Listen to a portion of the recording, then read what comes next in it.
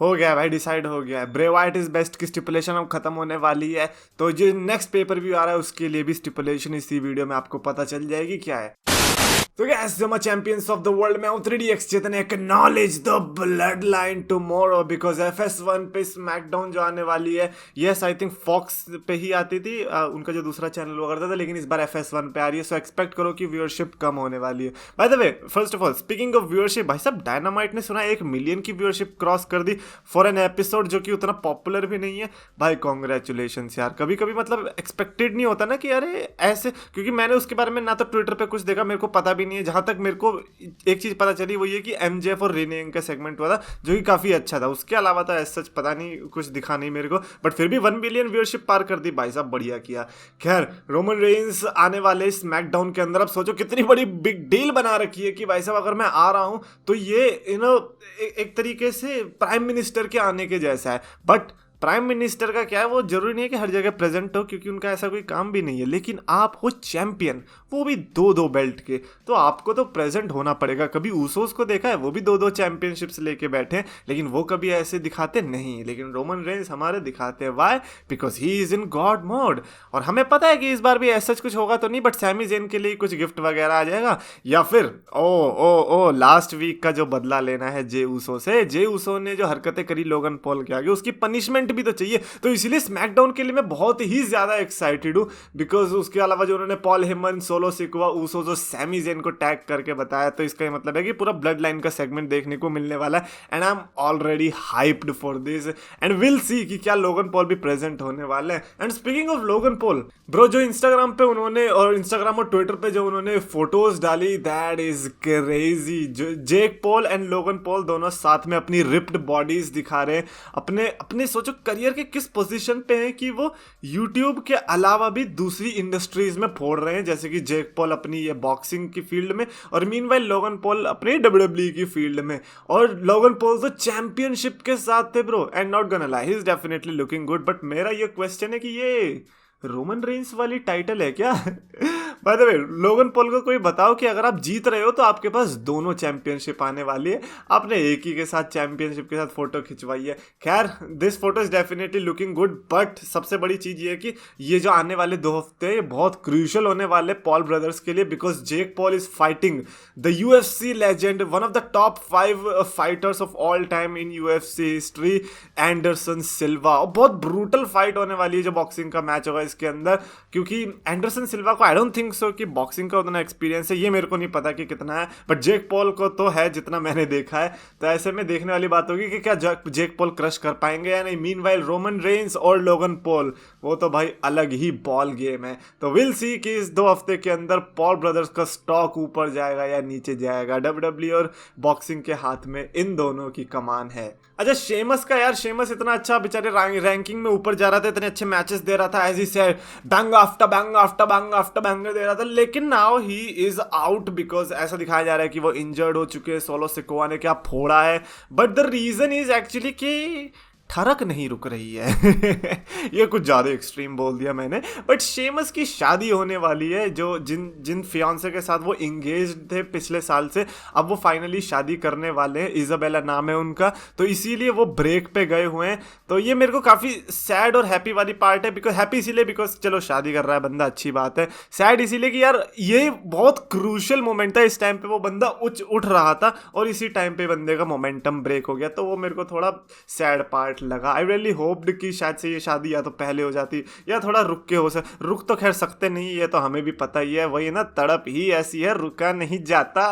वही वाला हाल हो रखा है यहाँ पे शेमस का, पक्की बात है। अच्छा EC3 के बारे में आपको पता ही होगा, उन्होंने रिसेंटली बताया कि किस तरीके से ब्रॉक लेसनर और बॉबी लैशली रिंग शेयर करी हुई है। ब्रॉक लेसनर से उनने एक बार F5 खा रखी है, और बॉबी लैशली को तो पता ही है क्या हाल है। तो उन्होंने ये भी बताया कि बॉबी लैशली की जो स्ट्रेंथ है वो काफ़ी ज़्यादा तगड़ी है, लोगों को जितना लगता है उससे ज़्यादा बॉबी लैशली की स्ट्रेंथ है। इतना शायद से बॉबी लैशली को भी नहीं पता होगा कि उनकी पोजीशन क्या है और किस तरीके से वो ऑपरेट करते हैं, कितने क्विक है वो, कितने स्ट्रांग है, कितने एथलेटिक है।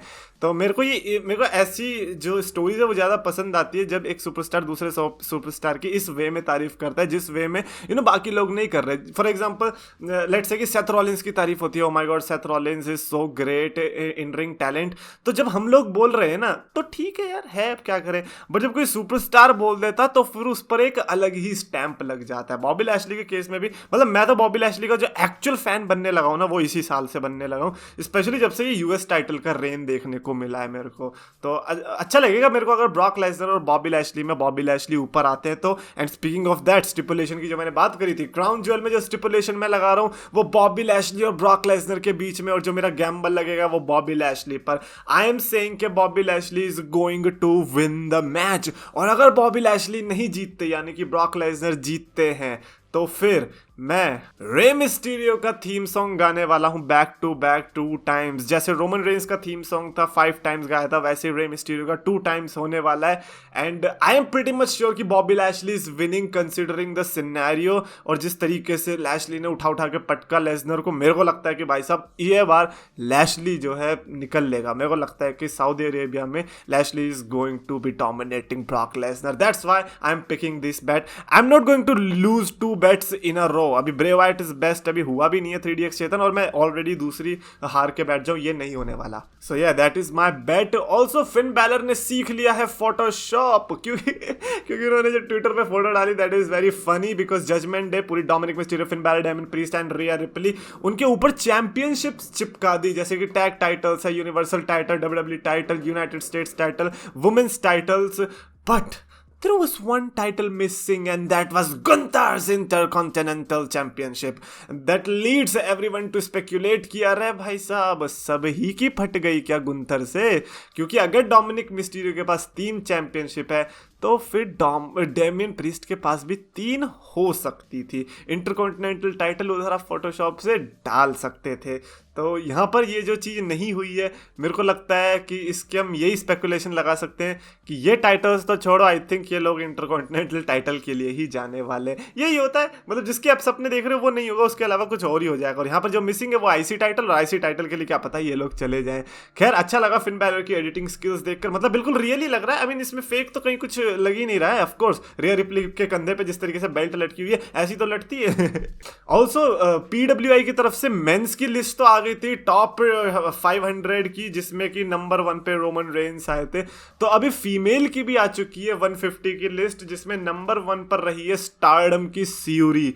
और स्टारडम स्ट्रक ये वाला जो थीम था, क्योंकि इस बार जो लिस्ट है उसमें सबसे ज्यादा स्टारडम के सुपरस्टार्स देखने को मिले। स्टारडम अगर आपको नहीं पता तो जापानीज प्रमोशन है जिसमें सिर्फ फीमेल सुपरस्टार्स काम करते हैं, क्योंकि NJPW में तो नहीं होता, तो उनके लिए एक अलग ही प्रमोशन बना रखी है। और वहीं से सियूरी करके कोई सुपरस्टार है, आई डोंट नो कौन है क्योंकि स्टारडम मैं नहीं देखता हूं, वो नंबर 1 पर आई। नंबर 2 पर WWE की तरफ से बियांका बेलेयर ने रिप्रेजेंट किया, which was not a shocker considering कि किस तरीके के उनके रन रहे हैं लास्ट के 2 ईयर्स में।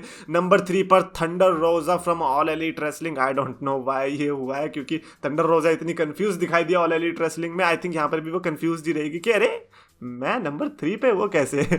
नंबर 4 पर है Becky Lynch from WWE। Number 5 पर है Jade Cargill from all elite wrestling. Number 6 पर है Jordan grace from impact wrestling. Number 7 पर साया कामितानी फ्रॉम स्टारडम अगेन। नंबर 8 पर Charlotte Flair from WWE। Number 9 पर starlight kid from stardom and number 10 पे टाया वाल्करी from impact wrestling और AAA और MLW। WWE की सुपरस्टार्स की अगर हम बात करें तो यहाँ पर 3 सुपरस्टार्स देखने को मिले, Becky, Bianca and Charlotte. Of course Bayley नहीं आ सकती थी बिकॉज वो अभी आई है, आई थिंक इवोल्यूशन पीरियड के बाद ही आई है वो, और आई थिंक इस साल जो है शायद से टॉप 10 में देखने को मिल जाए, लेकिन पिछले साल तो नहीं थी।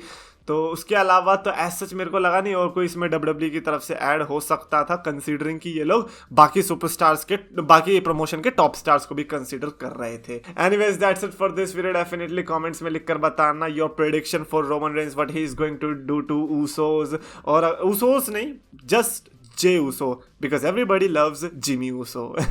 कमेंट्स में लिखो। अगर आपको वीडियो पसंद आए तो प्लीज लाइक करो, शेयर करो, चैनल सब्सक्राइब करो।